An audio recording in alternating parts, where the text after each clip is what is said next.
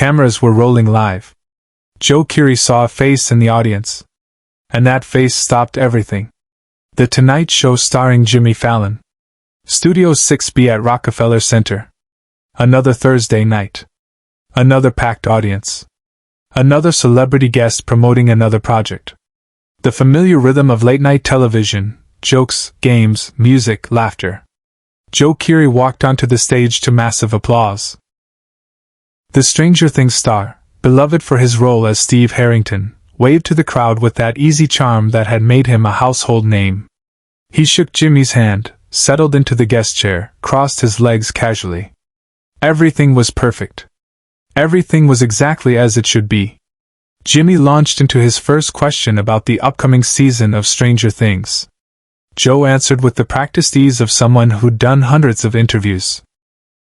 The audience laughed at all the right moments. The cameras captured every angle. This was television perfection. But 40 seconds into his answer about working with the Duffer Brothers, Joe's voice faltered. His eyes drifted past Jimmy, past the cameras, toward the tiered audience seating on his left. His smile froze mid-sentence. His hands, which had been gesturing animatedly, stopped and slowly gripped the armrests of his chair. Jimmy noticed immediately. "Joe? You okay, buddy?" Joe didn't respond. He wasn't listening. His entire body had gone rigid, his gaze locked onto someone in the fourth row of the audience. Cameras were live when Joe Keery saw a face in the audience, and that face stopped everything. Jimmy Fallon lost his words, the orchestra went silent, and 300 people held their breath. The Roots stopped playing their subtle background music. Questlove's drumsticks hovered motionless. Jimmy tilted his head, confused, following Joe's line of sight toward the audience. And then, without any warning, Joe Keery stood up. Not the casual standing of someone adjusting position. This was abrupt. Urgent. His chair scraped backward with a sharp sound against the studio floor. Jimmy's note cards slipped from his hands and scattered across his desk. "Joe?" Jimmy's voice carried genuine alarm now. Joe wasn't listening. He took one step off the elevated platform where the guest chair sat, then another. His eyes never left that fourth row. The cameras scrambled to follow him, operators frantically adjusting their angles to capture this completely unscripted moment. The audience began to murmur, confusion rippling through the rows. People leaned back in their seats as Joe walked straight toward them, creating a path through the aisle. Some pulled out their phones. Most simply stared, unable to process what they were witnessing. Jimmy stood behind his desk, both hands gripping its edge, completely paralyzed. In 10 years of hosting The Tonight Show, through countless surprise guests, unexpected pranks, and spontaneous musical performances, he had never, not once, had a guest simply walk off stage and into the audience mid-interview. Joe reached the fourth row and stopped in front of a middle-aged man wearing glasses and a simple button-down shirt. The man sat perfectly still, both hands gripping the armrests of his seat, his face showing a mixture of shock and disbelief behind his glasses. His salt and pepper hair caught the studio lights as he stared up at Joe Keery, who was now standing directly in front of him. The studio's overhead lights illuminated the scene with brutal clarity. Every camera in the building was now pointed at this moment. The control room was in chaos.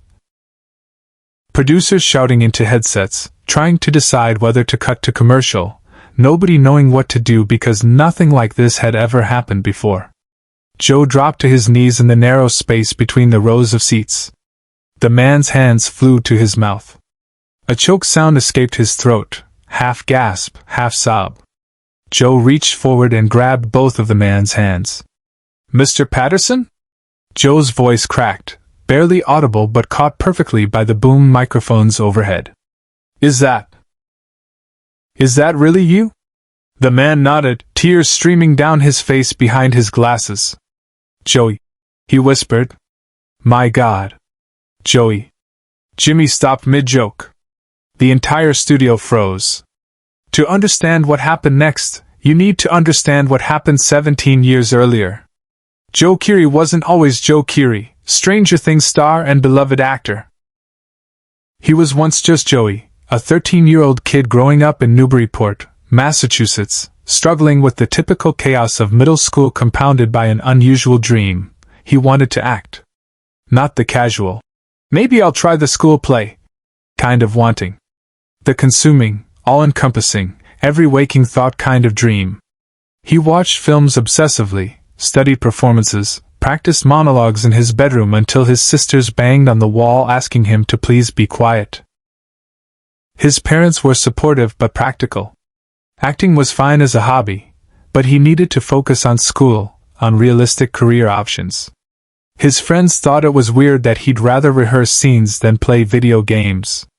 But his 8th grade drama teacher, Mr. Robert Patterson, understood completely. Mr. Patterson had moved to Newburyport from New York City after a brief attempt at an acting career that never quite took off.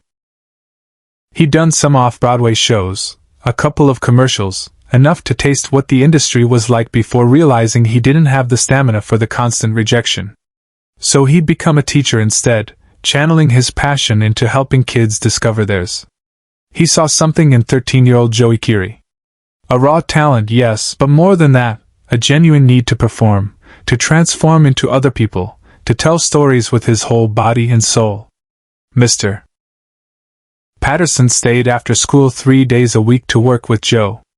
They'd run scenes together in the empty auditorium, Mr. Patterson playing every other role, pushing Joe to dig deeper, to find the truth in every moment. He introduced Joe to Stanislavski, to Meisner technique, to the kind of foundational training most kids didn't get until college if they were lucky.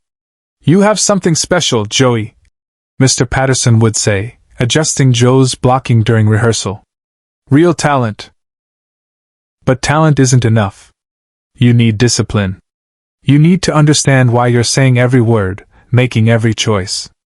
That's what separates good actors from great ones." For 3 years, this was their routine.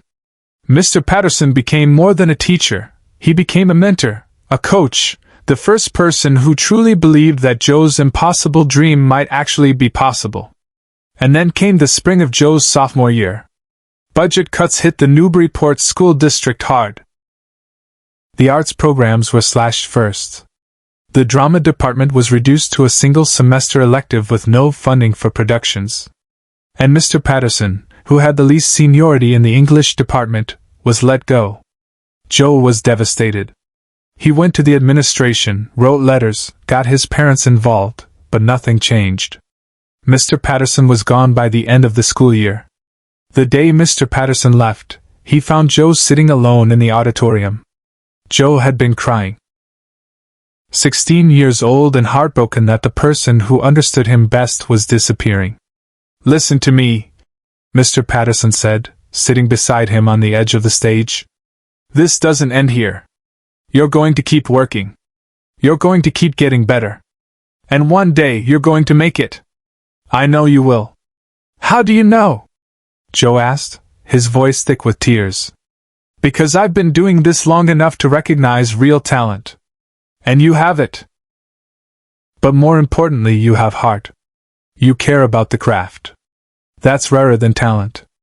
Mr. Patterson pulled a small notebook from his bag, the one he'd used for 17 years of teaching, filled with notes on blocking, character work, his own reflections on acting. He handed it to Joe. "Keep this. Use it.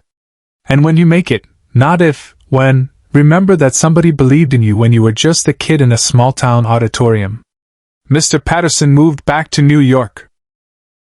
He got a job teaching at a public school in Queens. He and Joe exchanged a few emails that summer, but then life got busy. Joe went to DePaul University for theater. Mr. Patterson dealt with new students, new challenges. The emails stopped.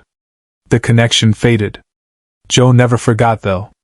He carried that notebook to college, to his first auditions in Chicago, to Los Angeles when he decided to really pursue acting. When he booked Stranger Things, when his life changed overnight. One of his first thoughts was finding Mr. Patterson to thank him properly. But he couldn't track him down.